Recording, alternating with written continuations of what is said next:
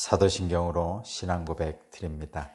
나는 전능하신 아버지 하나님 천지의 창조주를 믿습니다. 나는 그의 유일하신 아들 우리 주 예수 그리스도를 믿습니다.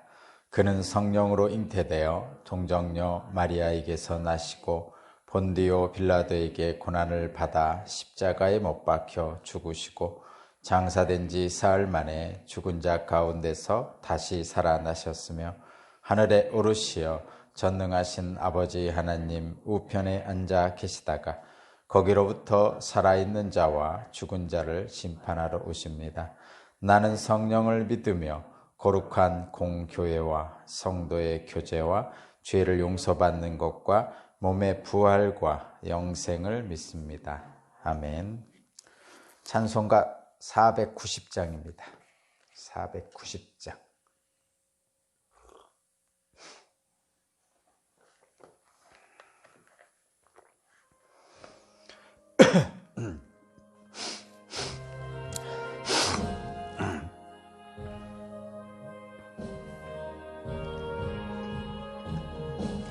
주여 지난 밤 내 꿈에 배었으니 그 꿈 이루어 주옵소서.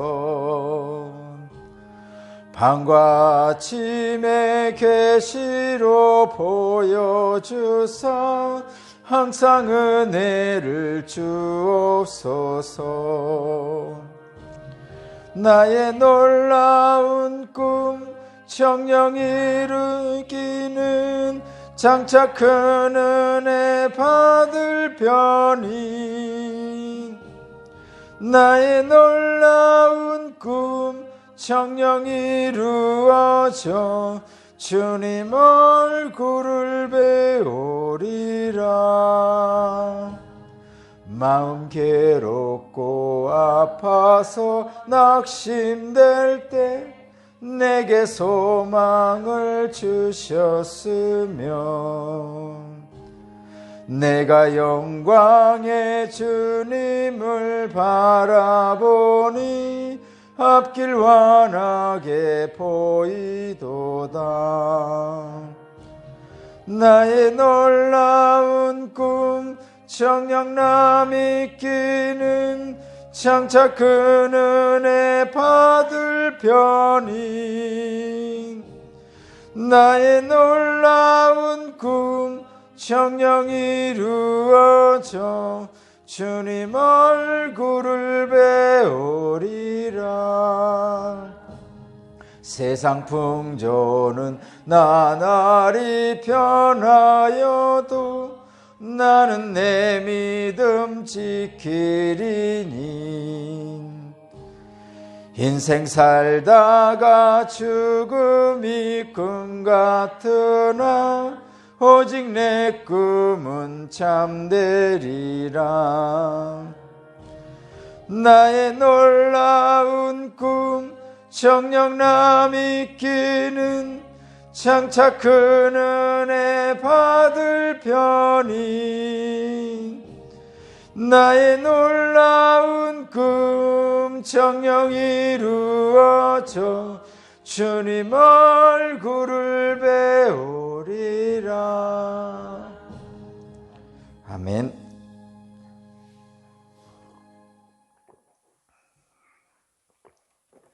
오늘 주신 하나님 말씀은 다니엘서 다니엘 7장 1절에서 14절입니다. 다니엘 7장 1절에서 14절입니다.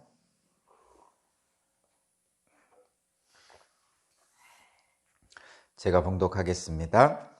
벨사살이 바벨론 왕이 된 첫 해에 다니엘은 잠자리에서 꿈을 꾸면서 머릿속으로 환상을 보고 그 꿈을 적었다. 그가 적은 내용의 줄거리는 다음과 같다. 다음은 다니엘이 한 말이다. 내가 밤에 환상을 보았는데 동서남북 사방에서 하늘로부터 바람이 큰 바다에 불어닥쳤다. 그러자 바다에서 모양이 서로 다르게 생긴 큰 짐승 4마리가 올라왔다. 첫째 짐승은 사자와 같이 보였으나 독수리 날개를 가지고 있었다. 내가 살펴보고 있는 동안에 그 날개들이 뽑혔다. 그 짐승은 몸을 일으키더니 사람처럼 발을 땅에 디디고 섰는데 사람의 마음까지 지니고 있었다. 또 살펴보니 다른 짐승 곧 둘째 짐승은 곰과 같았는데 뒷발로 서 있었다. 그 짐승은 갈빗대 3개를 물고 있었는데 누군가 그에게 이렇게 말하였다. 일어나서 고기를 많이 먹어라. 그 뒤에 내가 또 살펴보고 있는데 또 다른 짐승이 나왔다. 그것은 표범처럼 생겼으나 등에는 새의 날개가 4개나 있었고 머리도 4개나 달려 있었으며 아주 권위가 있어 보였다. 그 뒤에 내가 밤의 환상을 계속 살펴보고 있는데 4째 짐승이 나왔다. 그건 사납고 무섭게 생겼으며 힘이 아주 세었다. 이 짐승은 쇠로 된 큰 이빨을 가지고 있어서 그것으로 먹이를 잡아먹고 으스러뜨리며 먹고 남은 것은 발로 짓밟아 버렸다. 이 짐승은 앞에서 말한 짐승들과는 달리 뿔을 3개나 달고 있었다. 내가 그 뿔을 유심히 살펴보고 있자니 다른 작은 뿔 하나가 그 뿔들 사이에 솟아났다. 먼저 나온 뿔 가운데서 셋이 새로 돋아난 그 뿔에 밀려서 뿌리째 뽑혔다. 새로 돋아난 뿔은 사람의 눈과 같은 눈을 가지고 있었고 입이 있어서 거만하게 떠들었다. 내가 바라보니 옥자들이 놓여있고 한 옥자에 옛적부터 계신 분이 앉으셨는데 옷은 눈과 같이 희고 머리카락은 양털과 같이 깨끗하였다. 옥자에는 불꽃이 일고 옥자의 밖에는 불길이 치솟았으며 불길이 강물처럼 그에게서 흘러나왔다. 수종드는 사람이 수천이요 모시고 서 있는 사람이 수만이었다. 심판이 시작되는데 책들이 펴져 있었다. 내가 보고 있는 동안에 작은 뿔이 크게 떠드는 소리를 들을 수 있었다. 내가 살펴보니 4째 짐승이 살해되고 그 시체가 뭉그러져서 타는 물에 던져졌다. 그리고 그 나머지 짐승들은 그들의 권세를 빼앗겼으나 그 생명은 얼마 동안 연장되었다. 내가 밤에 이러한 환상을 보고 있을 때 인자 같은 이가 오는데 하늘 구름을 타고 와서 옛적부터 계신 분에게로 나아가 그 앞에 섰다. 옛부터 계신 분이 그에게 권세와 영광과 나라를 주셔서 민족과 언어가 다른 뭇 백성이 그를 경배하게 하셨다. 그 권세는 영원한 권세여서 옮겨가지 않을 것이며 그 나라가 멸망하지 않을 것이다. 아멘.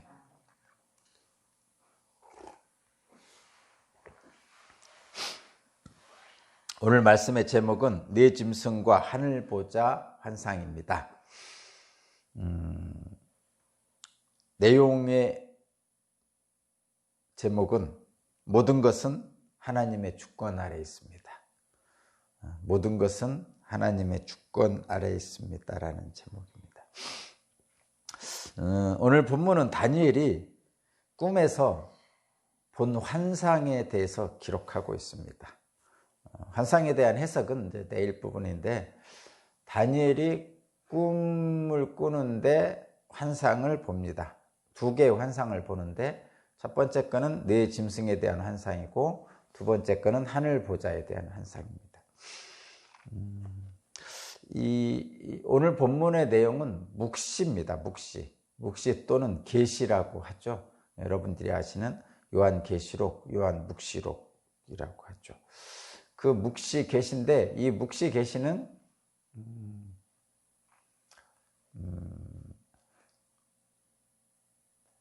하나님의 주권으로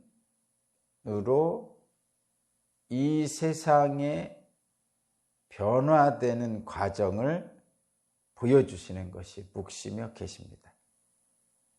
하나님의 주권 아래에서 이 세상이 변화되고 진행되어지는 과정을 기록한 것이 묵시입니다. 계시입니다. 묵시고 계시죠. 그래서 좀 이렇게 기본적인 것은 이런 의미가 있습니다. 기본적인 것은 묵시고 계신데 이 땅은 에덴 동산이 아니잖아요. 그래서 이 땅은 죄가 가득한 인간들이 사는 세상이란 말이에요. 에덴 동산은 하나님과 아담이 거닐었죠. 그래서 하나님 앞에 표현을 이렇게 하면 될지 모르지만 당당하게 섰죠. 그러니까 옆에서 이렇게 하나님하고 얘기하면서 거닐었단 말이에요. 산책을 할 정도로 하나님의 얼굴을 보면서 이렇게 얘기하고 서로 마주보면서 얘기하고, 그러니까 소위 말해서 당당한 거죠. 서로 교제를 한 거죠. 말하자면 서로 마음과 마음을 이어서 교제를 한 겁니다. 그런데 여러분도 아시다시피 선악을 알게 하는 나무 열매의 사건을 통해서 인간과 하나님의 관계가 깨어졌어요. 그래서 이 땅으로 내려왔죠. 하나님과의 관계가 깨어진 인간의 모습이 이 땅의 인간들의 모습입니다. 그래서 그거를 뭐라고 하냐? 죄성을 갖고 있다 이렇게 표현하죠. 그래서 기본적으로 이 땅은 죄성을 가지고 있는 인간들이 사는 세상입니다. 그것이 저와 여러분들이 사는 이 보이는 세상, 여러분들이 날마다 겪고 보고 사는 이 세상입니다. 그리고 보이지 않는 세상은 하나님의 나라죠. 그죠? 물론 그 보이지 않는 세상, 뭐 에덴을 비롯한 그 보이지 않는 세상은 우리들이 다 볼 수는 없습니다. 그러나 그 보이지 않는 세상인 하나님 나라가 이 땅에도 주권적으로 미칩니다. 그래서 오늘 제목이 모든 것이 하나님의 주권 아래에 있습니다. 그래서 하나님과 관계가 깨진 인간들이 사는 이 세상에 주어지는 하나님의 계시, 묵시는 그래서 두렵죠. 그러니까 여러분 그렇게 생각해 보세요. 이렇게 생각하시면 됩니다. 그러니까 엄마하고 자녀를 생각해 봅시다. 그냥 집안의 간단한 것으로. 아버지는 좀, 그러니까 부모와 자식이 있다면 부모의 말을 어기고 잘못을 행한 자녀가 부모를 만나려면 어렵잖아요. 그러니까 늘 부모가 인자하고 자비로운 부모잖아요. 돌봐주는. 그런데 부모님이 원하는 만큼 하지 못했어요. 또 부모님이 하지 말라고 한 것을 했어요. 그럴 때 부모님을 대하기가 깝깝하죠. 마찬가지예요. 우리 이 땅에 사는 인간들은 하나님을 맞이하기가 깝깝합니다. 그래서 하나님이 오신다고 그러면 두렵습니다. 그것을 경외해야 한다고 하죠. 두렵습니다. 그래서 하나님이 주시는, 이 땅에 주시는 계시와 묵시는 그래서 두려움이 먼저 시작됩니다. 왜냐하면 죄성을 가지고 있는 인간들에게 주어지는 겁니다. 자, 그렇지만 그 모든 것들 속에 하나님의 사랑이 들어가 있는 거죠. 비록 자녀들이 뭔가를 잘못해서 부모의 얼굴을 보기가 그렇더라도 부모는 자녀들을 사랑합니다. 그 전제가 깔려 있는 거예요. 그래서 이 묵시록도 하나님의 사랑이 깔려 있는 겁니다. 두렵고 그런 일들을 적어놨지만 그렇습니다. 자, 오늘 본문을 보면서 잠깐 보겠습니다. 환상 내용은 여러분 뭐 구체적으로 이거 알 필요는 없습니다. 생각보다 이런 것들은 그냥 한 귀로 듣고 그렇구나 이렇게만 생각하셔도 됩니다. 이거를 뭐는 뭐를 상징하고 뭐 이런 거 외울 필요 없죠. 여기 보면 네 짐승이 나오는데 첫째 짐승은 사자고 둘째 짐승은 곰과 같고 셋째 짐승은 표범 같고 이렇게 했습니다. 그래서 이제 인간 세상 권력들을 상징한다고 그러잖아요. 그래서 첫째 짐승은 사자 같은데 바벨론이고 둘째 짐승은 곰 같은데 메대와 바사고 셋째 짐승은 표범 같이 생겼는데 헬라고 로마고 이렇게 표현하죠. 그리고 넷째 짐승은 적그리스도 이런 마지막 때에 나타나는 현상이다. 이렇게 하는데 이런 것은 그냥 듣고 넘기십시오. 제가 이렇게 말씀드리는 이유는 이것은 그 상징이거든요. 상징이에요. 특히 예수님이 쓰는 비유와는 좀 다른 그 알레고리적 상징인데 자꾸 이런 쪽에 빠지면요 이단에 빠지기 쉽습니다. 뭔가 신비해 보이죠. 예수님의 비유는 정말 그 속에 담긴 뜻이 깊은데 이 알레고리적 해석을 하는 뭐는 뭐다 이런 거 있잖아요. 여기 방금 나왔듯이 첫째 짐승 사자는 바벨론이다. 셋째 짐승 표범은 헬라 그리스다. 뭐 이렇게 얘기하는 거 있잖아요. 그런 것들은 이단들이 그거를 가지고 사람들을 현혹하는 거예요. 그러니까 뭔가 있을 것 같죠. 없습니다, 여러분. 없어요. 그래서 마지막에 결론이 어떻게 나는 줄 알아요? 신천지 같은 경우에 새로운 성령이 임한이다 이렇게 하잖아요, 결론을. 그러니까 이게 그런 쪽에 여러분 빠질 필요 없습니다. 신학을 많이 공부하신 신학자들은, 오랫동안 공부한 위대한 신학자들은 그래서 이런 알레고리적 해석을 뭐는 뭐다 이런 거 안 합니다. 그냥 조금 잘 모르는 분들이 뭔가 신비한 거 있을 것 같잖아요. 뭐는 뭐다 해가면서 막 그 상징적인 것을 자꾸 갖다 붙이려고 그러는데 그거는 현혹하는 거예요, 여러분. 혹시 그런 해석을 자꾸 해가지고 뭔가 있어 보이려고 하려고 하는 사람들 말은, 여러분, 그런 말을 하는 사람들은 도망가십시오. 도망가십시오. 그거는 옳지 않은 해석입니다. 예수 그리스도께서 주신 것이 분명합니다. 그날과 그때는 모른다고 말씀하셨잖아요, 분명히. 그런데 나에게는 주셨어라고 말하는 사람은 도망가십시오. 그 사람에게서. 분명합니다. 자, 오늘 환상 그거예요. 네 마리 짐승 환상이 먼저 나왔죠. 첫 번째 환상이 사자와 같은 첫째 짐승, 그 다음에 두 번째 짐승 곰과 같은 둘째 짐승, 표범과 같은 셋째 짐승, 그 다음에 넷째 짐승은 곰이나 표범 이런 얘기가 없었는데, 말하자면 세상을 좌지우지하는 사탄의 종 같은 느낌입니다.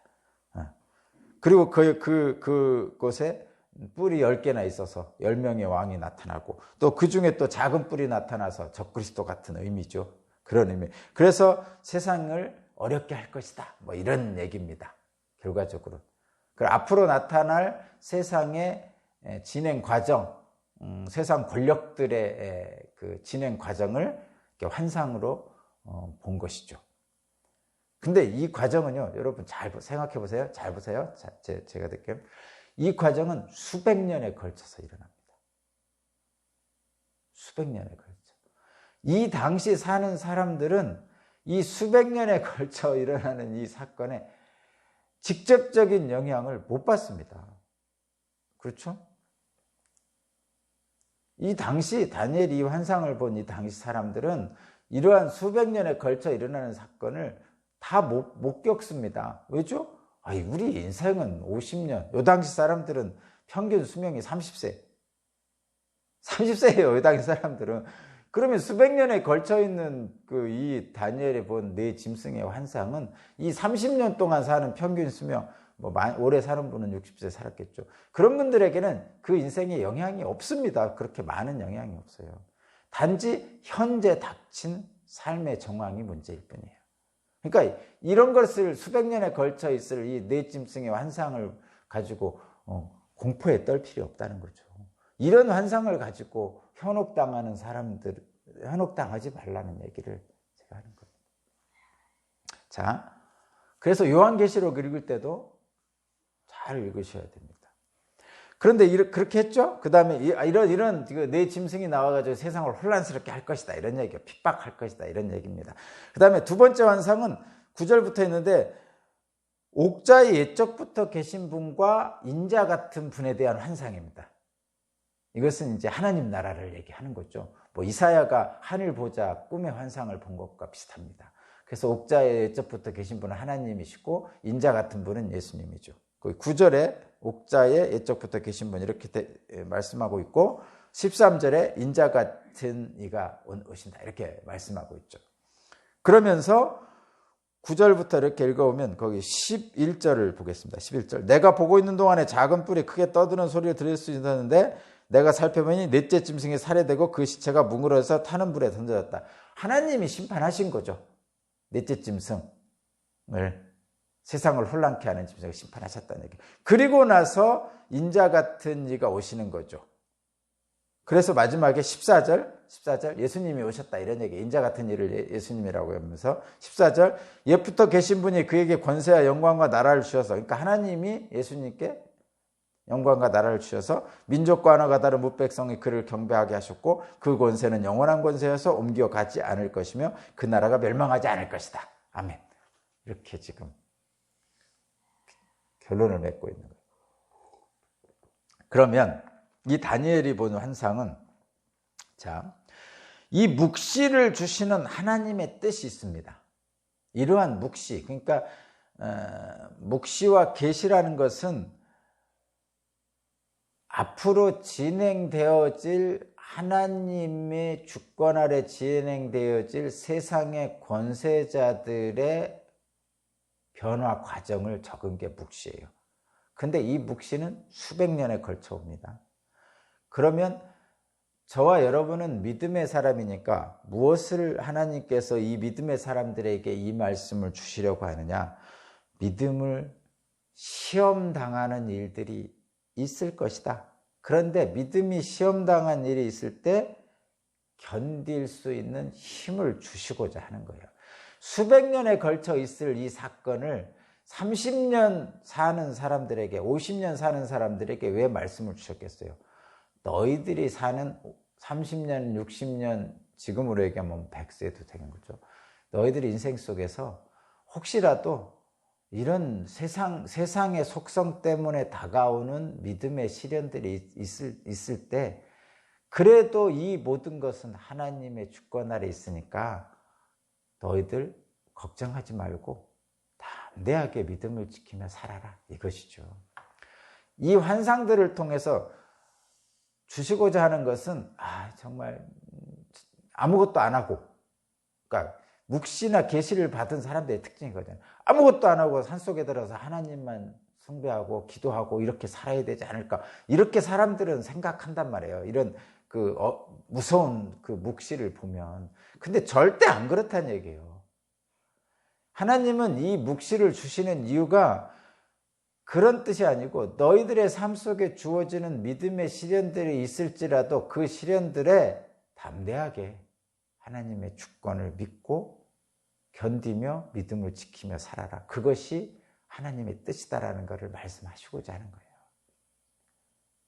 여러분, 묵시나 환상을 두려워할 필요 없어요. 저와 여러분들은. 이것에 빠지지 마십시오. 보이는 세상 나라, 세상 왕국은 하나님의 주권 아래 세워졌다는 것을 분명히 하는 거예요. 이것은. 거기 한번 볼까요? 2절.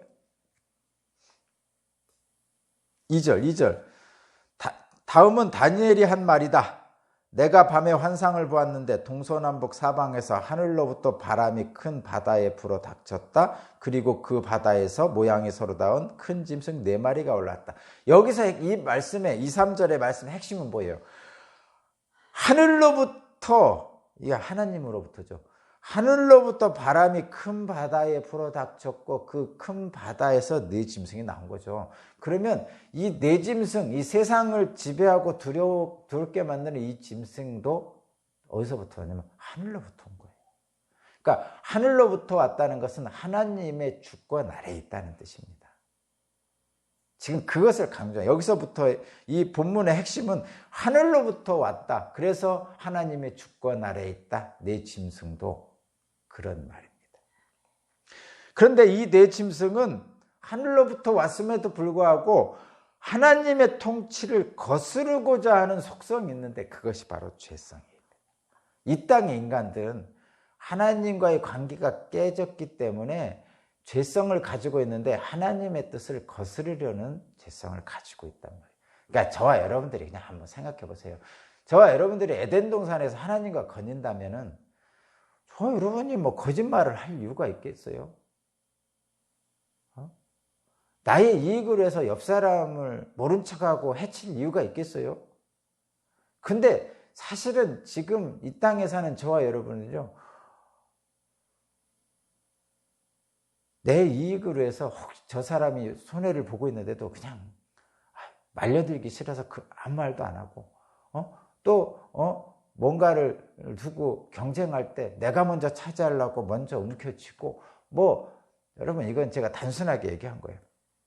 심지어는 여러분 뭐 매스컴이나 이런 거 보면 악독한 일들도 많이 있잖아요. 응? 상상하기 싫은 그런 일들 많이 나타나잖아요. 그 인간에게 주어진 그 죄성 때문에 그런 일들이 벌어지는 거죠. 어쨌든 하나님이 묵시록을 주시는 이유는 믿음을 시험하는 일들이 있을 때 견딜 수 있는 힘을 주시기 위한 것이고, 악한 권세들의 보이는 세상 나라들도 보이지 않는 하나님의 주권 아래 놓여 있다는 것을 우리들에게 알려주시는 겁니다. 그래서 우리는 어떻게 해야 됩니까? 저와 여러분 같은 믿음의 사람들은 하나님을 바라보면서 그냥 각자의 맡겨진 일들을 담대하게 행하는 거죠. 어떻게? 하나님의 말씀에 따라서. 비록 저와 여러분도 그 죄성에 빠져 있지만, 그러나 하나님은 우리를 사랑하신다고 약속하셨고 그 말씀에 따라 구원하신다고 하셨으니까 그 하나님을 붙들고 담대하게 각자에게 맡겨진 사명을 행하라는 거죠. 각자에게 맡겨진 사명은 뭐예요? 대사명 아래에 있는 각 사람에게 주어진 거죠. 하나님의 말씀을 붙들고 오늘 나의 삶을 사는 겁니다. 첫 번째는 뭐예요? 나를 사랑하고 너를 사랑하는 거죠. 나를 사랑하고 너를 사랑하는 거는 간단합니다. 하나님이 나를 사랑하니까 내가 나를 소중하게 생각해야 되고, 함부로 나를 막 사용하면 안 됩니다. 나를 막 사용하면 안 된다는 게 뭐예요? 여러분 아시죠? 다?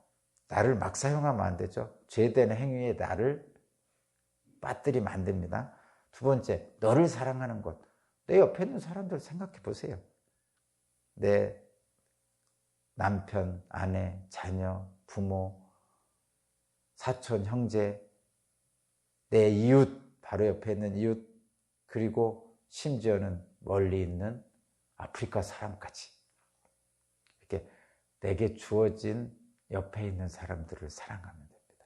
아니, 저놈이 나를 안 사랑하는데 어떻게 내가 사랑합니까? 아닙니다. 주님은 담대하게 먼저 사랑하고 더 사랑하라고 합니다. 그리하면 하나님께서 축복하신다고 말씀하십니다. 오늘도 묵시를 주신 하나님의 뜻을 기억하면서 새 힘을 내시기 바랍니다. 기도드리겠습니다. 세상 권세가 아무리 포악하고 위협적이어도 모두 하나님의 주권 아래 있음을 기억합니다. 공의와 자비로 통치하시는 하나님 나라를 바라보며 오늘도 제가 선 자리에서 그 나라를 묵묵히 이루어가게 하옵소서. 예수 그리스도 이름으로 기도합니다. 아멘.